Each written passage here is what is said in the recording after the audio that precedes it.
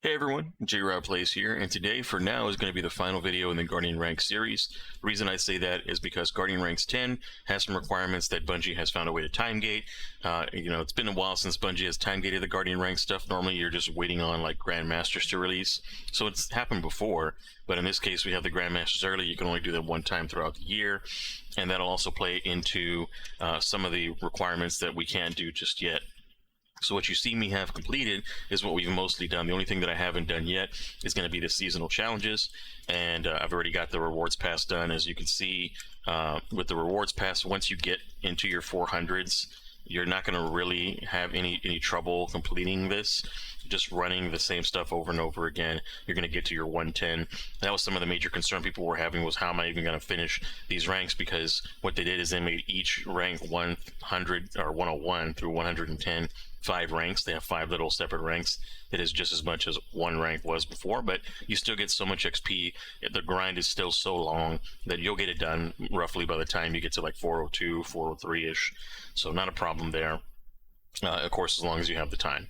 Now, going back to the seasonal challenges, we're still going to get more seasonal challenges throughout time, but for right now, we still have enough that if I wanted to, I can go through and finish up these to get to the 25 mark, which I'll probably do because you have nothing but time, essentially, just between now and Ash and Iron. You can also wait until some of this stuff is easy, like if you're doing Crucible, for example, it's going to have you use a specific weapon, things like that, that you're going to already do as playing the game because you're bored and just finding something to do if you're continuing to play through all of this. The next category we'll cover is going to be the Catalyst Collector. So that one, if you're new and you don't know where the catalysts are, how to track your catalysts, if you come over to your collections and you go under Patterns and Catalysts, it's here on the right. And you can see all the catalysts that you can earn or you have earned, all the ones that you've already completed, and it'll show you how to track that catalyst progress. You just click on that. It'll allow you to track the progress. Basically, I just have to get precision kills with New Land Beyond, for example, to get this one done, and that'll count as one of the 25. When you're in the activity, you don't have to go back into your menu. You can just scroll down, and there you can see your tracked content. So the next category we're going to be looking at is going to be the rewards category. Now this one is just to earn tier 4 packages from portal activities. Since I'm already at 400, everything that I do has a good chance of getting a tier 4. Sometimes you'll still get a tier 3 or tier 2 depending on things that you're clearing, but for the most part, like playing Crucible, doing the high-end stuff, you're going to be getting tier 4 packages with a chance at a tier 5. So this one you'll just get through playing the game. Between now and Ash and Iron, we have until September, so we have plenty of time to get that done, and you'll have that done when it's time to actually move forward with rank 10. Now here's the things that are going to be the roadblocks. So for the portal activities, it's going to ask that you complete all the Grandmaster conquests. Right now we only have 2 available in the hub, but in this case it's asking us for 6. Same thing with the ultimate difficulty. And the ultimate difficulty is currently impossible. So if I go into a solo op, for example, and Caldera, which everybody's been living in, and you go to customize, as you can see, there's ultimate difficulty, and it's 451. We can't get to 451 yet until Ash and Iron, so for now, until Bungie changes their mind, and they allow us to get in there early like they did with the Grandmasters, and getting there early with 100 light difference, and then maybe we might be able to do it sooner with enough backlash, but for now, we can't do it. And the same thing with the Seasonal Hub. If I were to go back into the portal, into the Seasonal Hub, there's only, again, 2 Grandmaster Conquests, and it requires us to do 6. Even with the Guardian for all seasons here, that's something that we can't complete just yet either. We'll still only be able to do just here the Undeniable Grandeur, and we'll still have to wait on some of these as well for the Conqueror stuff. And now finally, the last thing that's going to be kind of a roadblock for us is going to be the 4 new modifiers that we'll have to deal with. Extinction sounds like it's very similar to Extinguish, meaning that we're either going to have only 1 revive or no revives, and we're going to be kicked back into orbit.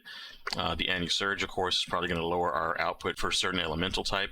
And then the Deadly Threat is just probably going to be like a plus 30 threat modifier. It's like 75 to 100% more Guardian damage. And Pressure Cooked is probably like a lower time limit. Now, I don't have any specifics on these. I tried looking them up on LightGG and other places that show ahead of time what some of these things are. And I just couldn't find any actual specifics. It just gives me the same descriptor that's already in the game in those areas. So there's no good way to tell what these do until we can actually get to them early, unless somebody's play tested them and they put out a video and we can kind of see what they're looking like. Then we won't have that information yet. And again, I tried looking at other places, YouTube, things like that. There's nothing really that I can find that's going to be explaining each of these and showing them in action. because again, ultimate difficulty is currently locked. But it's not too much of a crazy hike like some of the other ones were. So once you've already gotten to 9 to get your maximum tier 4 gear for the events that are coming up, and you're pretty much all set, and you're able to just play the game the way that you want to play the game now. Let the tier 5 drops just kind of come to you. Of course, some people will continue to grind and grind and grind and grind and grind, running 20 runs of Caldera just to get one tier 5, which is 1 or 2 light higher. Also, don't forget, if you still haven't picked up yet the Zavala armory stuff, you actually can get your bump at the end of the week. I recommend doing it on Monday. I wouldn't risk Tuesday morning because sometimes there's downtime, but definitely on Monday you can come in here and you can pick up items that are going to be higher light level, and they're going to be upgrades. So right now I'm at 401. These are dropping at 404. What I'm going to do is I'm just going to play activities like I normally do and wait until the day before reset for me. Come in and pick those up when I'm done for my last play time through the evening, so that I get the highest light jump. Just in case I maybe get to 403 or 405, then those will be like a 408 for me, and I'll have a nice little light jump, and then I'll have it again on Tuesday right away behind that. So other than that, if you guys have any questions, or if you're stuck on anything trying to get through 9, if you're stuck on anything trying to get through 10, or if you had any additional concerns, just go ahead and drop those down in the comments below like in my other videos. I always try to answer or get back to all of my comments that I can, and I'll see you guys in the next video.